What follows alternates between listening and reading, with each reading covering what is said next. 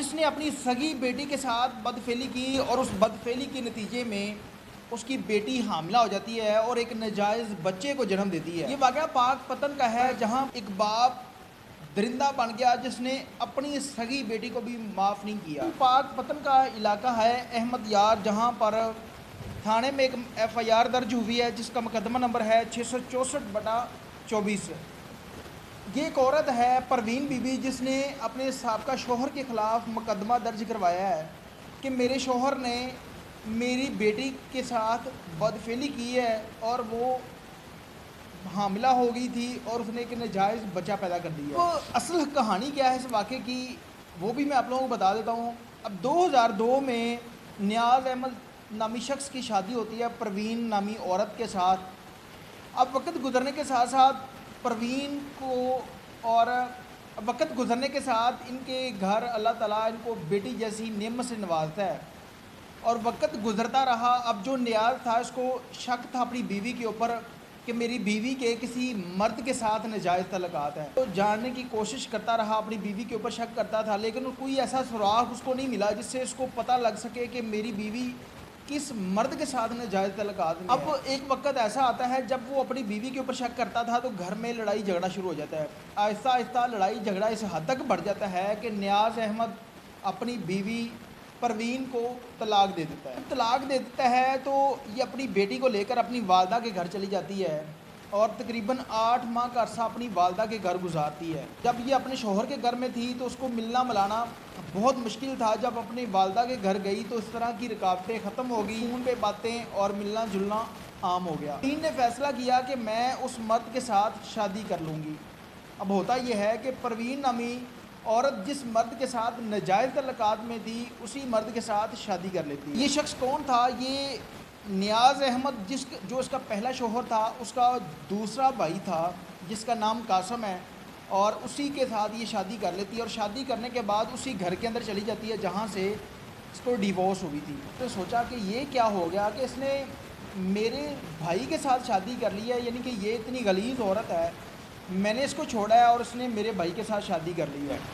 اب ایک دن ہوتا یہ ہے کہ قاسم فیکٹری میں جاب کرتا تھا اور نیاز احمد گھر آتا ہے، شراب کے نشے میں تھا، وہ آ کے اپنی کے ساتھ زبردستی کرنے کی کوشش کرتا ہے۔ وہی گھر تھا، وہی بیوی تھی، لیکن بیوی جو ہے وہ صاف انکاری ہو جاتی ہے، وہ اپنے سابقہ شوہر کو اپنے پاس نہیں آتا۔ ہوتا یہ ہے کہ جب قاسم گھر میں آتا ہے تو بیوی اس کو بتاتی ہے کہ آپ کے شوہر نے میرے ساتھ یہ حرکت کی ہے۔ اب ان دونوں بھائیوں میں لڑائی جھگڑا شروع ہو جاتا ہے۔ پروین کہتی ہے کہ اس کو اس گھر سے نکال دیا جائے، اب کوئی اسکیم لگائیں تاکہ یہ شخص اس گھر میں نہ رہے۔ یہ جو گھر ہے یہ ان دو بھائیوں کا تھا، یہ اس کے حصے کا بھی اپنے حصے نام لگا لیتے ہیں، یعنی کہ اس کے حصے میں جو جائیداد آتی ہے وہ اپنے نام کروا لیتے ہیں۔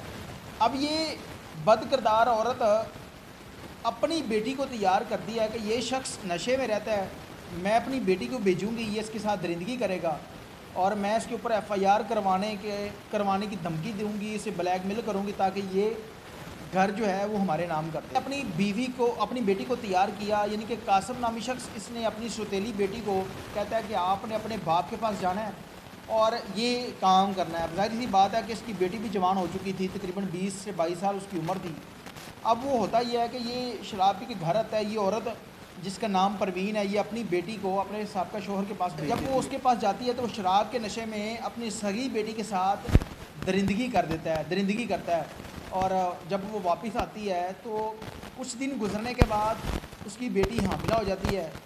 اب پروین اپنے سابقہ شوہر کو کہتی ہے کہ اگر آپ نے یہ گھر ہمارے نام نہیں کیا، آپ کے اوپر ایف آئی آر بھی کٹوائیں گے، رشتہ داروں میں بھی ذلیل کریں گے، نہیں تو آپ یہ گھر جو ہے وہ ہمارے نام کر دیں۔ اب ہوتا یہ ہے کہ یہ شخص جو تھا جس کا نام نیاز احمد ہے، یہ پہلے تو کہتا ہے کہ نہیں میں اس طرح کام نہیں کروں گا۔ جب اس کو پتہ چلتا ہے کہ یہ میں پھنس چکا ہوں، اب ٹھیک ہے میں یہ گھر جو ہے جتنا میرے حصے میں آتا ہے میں اپنے بھائی کے نام کر دیتا ہوں۔ ہوتا یہ ہے کہ نام کرنے سے پہلے نیاز احمد وہ گھر چھوڑ کر رفو چکر ہو جاتا ہے، وہ کئی دن گھر نہیں آتا، جس کے بعد پروین سوچتی ہے کہ بیٹی کا بھی استعمال کیا، بیٹی نے ناجائز بچہ بھی پیدا کر دیا ہے، اب اس کی شادی کرنی ہے، میں اس کو منہ دکھانے کے قابل نہیں رہوں گی۔ اب وہ کرتی یہ ہے کہ متعلقہ تھانے جاتی ہے، وہاں پہ جا کے ایف آئی آر کرواتی ہے اپنے شوہر کے اوپر، اور اس سے ایف آئی آر کے اندر وہ ساری چیز بتاتی ہے کہ میرے شوہر کے ساتھ پہلے شوہر کے ساتھ شادی ہوئی، طلاق ہوگی، وہ ساری چیزیں اس ایف آئی آر کے اندر مینشن ہوتی ہیں۔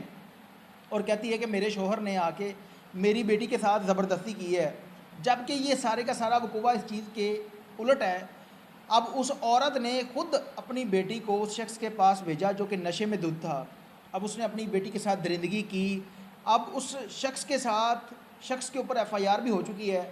اب ویڈیو بنانے کا مقصد ہے کہ متعلقہ ادارے جو ہیں ان کو ہوش کے ناخن لینے چاہیے، اس عورت کے اوپر بھی ایف آئی آر کی جائے اور اس شخص کے اوپر بھی ایف آئی آر کرتے ہوئے ایک وقت کے لیے ہم سوچتے ہیں کہ اگر یہ اس طرح کا کوئی واقعہ، اگر ہم کو اس طرح کی ویڈیو سٹوری دیکھتے ہیں تو ایک وقت کے لیے ہمیں لگتا ہے کہ شاید یہ پری پلان ہے، اس طرح کا واقعہ کسی نے یہ کوئی کہانی بنا دی ہے۔ لیکن آپ لوگوں کی تحقیق کے لیے یا آپ لوگوں کی تسلی کے لیے ایف آئی آر کا مقدمہ نمبر میں نے آپ لوگوں کو بتا دیا ہے، آپ چاہیں تو اس کی تحقیق کر سکتے ہیں۔ حقیقت پر مبنی یہ کہانی ہے کہ ایک عورت نے جائیداد کی خاطر اپنی بیٹی کا غلط استعمال کیا اور اس غلط نتیجے میں بیٹی نے اپنے باپ کے بچے کو جنم دیا ہے۔ قیامت کی نشانیوں میں سے ایک نشانی ہے کہ ایک عورت جس نے جائیداد کی خاطر اپنی بیٹی کو نعوذ باللہ اس لعنت جیسے دھندے میں بھیج دی ہے اور اس نے ایک بچہ پیدا کیا ہے۔ حکومت سے عدلیہ سے گزارش ہے اسپیشلی اس معاملے پہ نوٹس لیتے ہوئے ان دونوں کو ایسی سزا دی جائے، بلکہ کسی چوراہے پہ کھڑا کر کے گولی ماری جائے تاکہ یہ اس معاملے کے لیے نشان عبرت بنے۔